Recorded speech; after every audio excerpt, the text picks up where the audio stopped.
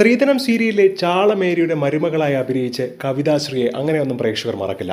കാരണം അത്രത്തോളം പ്രശസ്തിയും തരംഗവുമായി മാറിയിരുന്ന ആ ഒരു കഥാപാത്രത്തെ അഭിനയിച്ച കവിതാശ്രീ ഇന്ന് ജീവിക്കുന്നത് വളരെ കഷ്ടതയിലൂടെ മാത്രമാണ്. സ്ത്രീധനം സീരിയലിന് ശേഷം കുടുംബം പോറ്റാൻ തട്ടുകടയുമായി ഇറങ്ങിയ കവിതാശ്രീയുടെ വീഡിയോ ഒരു കാലത്ത് വൈറലായിരുന്നു. എന്നാൽ ഇപ്പോഴിതാ ചെന്നൈ നഗരത്തിൽ ബ്ലിങ്കിറ്റ് എന്ന ആപ്പിന്റെ ഡെലിവറി സെക്ഷനിൽ ജോലി ചെയ്യുകയാണ് കവിതാശ്രീ.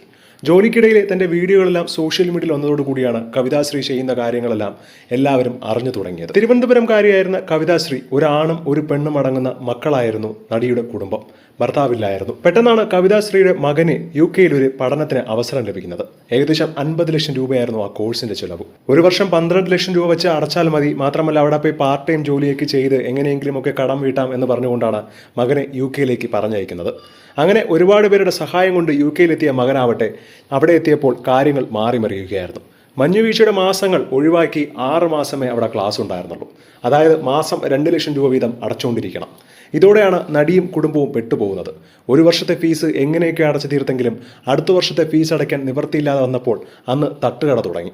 പിന്നീട് അതുകൊണ്ടും രക്ഷയില്ലാതായപ്പോൾ ലോണിന് വേണ്ടി ശ്രമിച്ചപ്പോൾ അതും ഇല്ലാതെയായി. ഒടുവിൽ ജീവിക്കാൻ ഒരു മാർഗവും ഇല്ലാതായപ്പോഴാണ് മകളെയും കൂട്ടി കവിതാശ്രീ ചെന്നൈയിലേക്ക് പോകുന്നത്. അതിനിടെ ചില രോഗങ്ങളും അലട്ടുന്നുണ്ടായിരുന്നു. എല്ലാം മറികടന്ന് അതിജീവിച്ചാണ് ഇപ്പോൾ കവിത മുന്നോട്ട് പോകുന്നത്. സ്കൂട്ടർ ഓടിക്കാൻ അറിയാവുന്നത് കൊണ്ട് മാത്രമാണ് ബ്ലിങ്കിറ്റിലെ ഡെലിവറി വുമണായി ഇപ്പോൾ ജോലി ചെയ്തു വരുന്നത്. താരത്തിന്റെ ഈ ഒരു അവസ്ഥ സോഷ്യൽ മീഡിയയിൽ വന്നതോടുകൂടി ഒരുപാട് പേരാണ് കമന്റുമായി എത്തുന്നത്. ഒരു കാലത്ത് ഒരുപാട് സീരിയലുകൾ അഭിനയിച്ച താരം ഇത്രയും കഷ്ടപ്പെടുമെന്ന് ഒരിക്കലും കരുതിയില്ല എന്നൊക്കെയുള്ള കമന്റുകളാണ് സോഷ്യൽ മീഡിയയിൽ നിറയുന്നത്. എന്തായാലും ആ സ്ത്രീയുടെ ധൈര്യത്തെ സമ്മതിക്കാതിരിക്കാൻ വയ്യ എന്ന് പറഞ്ഞുകൊണ്ടും ഒരുപാട് പേർ പിന്തുണ അർപ്പിച്ചുകൊണ്ടുവരുന്നു.